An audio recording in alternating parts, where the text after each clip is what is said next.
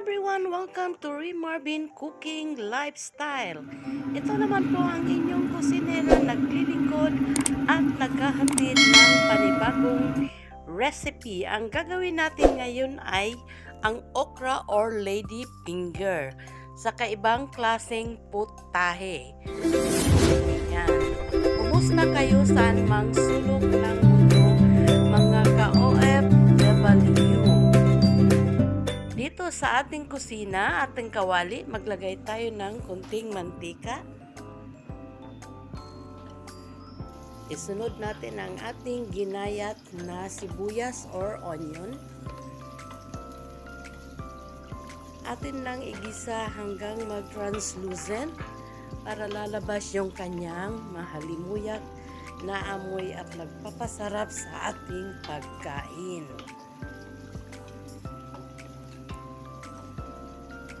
Ayan mga ka-OFW, sa hindi pa nakasubscribe sa ating channel, just click the subscribe button and notification bell para ma-notify kayo sa ating mga newly uploaded recipe and video. Sa puntong ito, isunod naman nating ilagay ang ating bawang at ang ginger or luya. Yan, isutay lang din natin hanggang maglabas yung kanyang aromatic smell or flavor. Yan, continue lang ang ating paggisa or paghalo-halo. Then, isunod natin ang ating ginayat na kamatis. Kung gusto nyong maraming kamatis, pwede rin lagyan natin ng buong siling berde, paminta,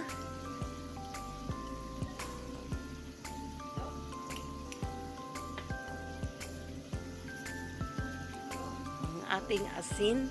Ang ating asin is tansyahin lang natin para hindi aalat ang ating niluluto.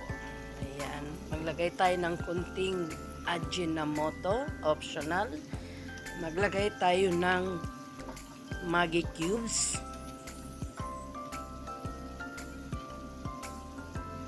Again, sa hindi pa nakasubscribe sa ating channel, just click the subscribe button and notification bell para ma-notify kayo sa ating mga newly uploaded recipe and video.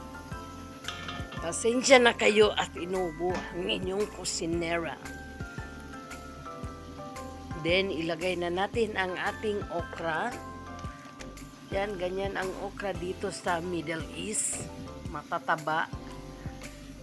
Tapos, tinanggalan lang yan siya ng tangkay or yung ulo-ulo.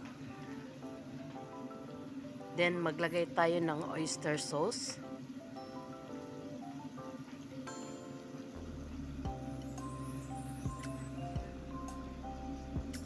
Ang oyster sauce is nagpapasarap din sa ating niluluto.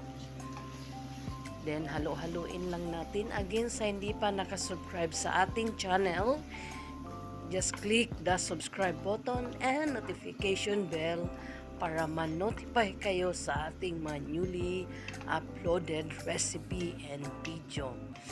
Kumusta mga kabayan saan mang sulok ng mundo? Pasensya na kayo sa boses ng inyong kusinera dahil may sakit tayo habang naggagawa ng ating niluluto. Kagagaling lang ng ospital ang inyong kusinera.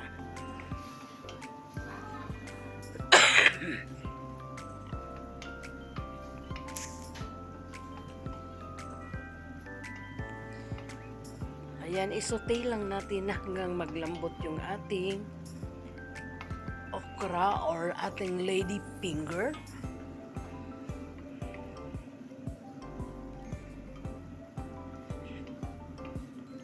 Pero wag natin masyadong i-overcook kasi pag overcook hindi na siya masarap.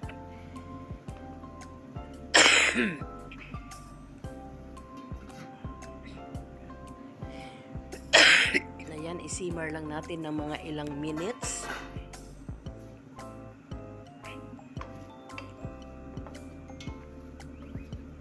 Ayan, sa sarsa pa lang ng ating niluluto is masarap na siya. Tapos medyo maanghang-anghang konti. Masarap ito sa puting kanin, or kung vegetarian tayo, pwede nang hindi kumain ng kanin. Ito na lang ang ating papakin. Ayan, mga ka-OFW, kailangan tayo sa dito tayo sa malayo sa pamilya, kailangan madiskarte tayo sa paggawa ng ulam. Kahit anong mayroon dyan sa kusina, pwede natin gawin para may ulam lang tayo at may makain.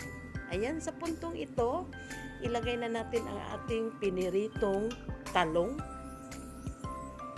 Ayan, itong piniritong talong lalong nagpapasarap sa ating ginisang okra. Kasi 'di ba pag prito yung talong, masarap siya. Tapos yung okra is medyo may sauce siya, kaya ang sarap niyan. Ayan, mga ka-OFW. May pang-ulam na naman tayo at masaya naman ating mga kasama. Yan, ilagyan lang natin siya ng malaking sili. Ang malaking sili na yan ay hindi po yan siya gaanong maanghang. Ayan, tapos na natin niluto ang ating lady finger or ang ating okra. Pwede na natin ilagay sa ating serving dish. Ayan, katakam-takam.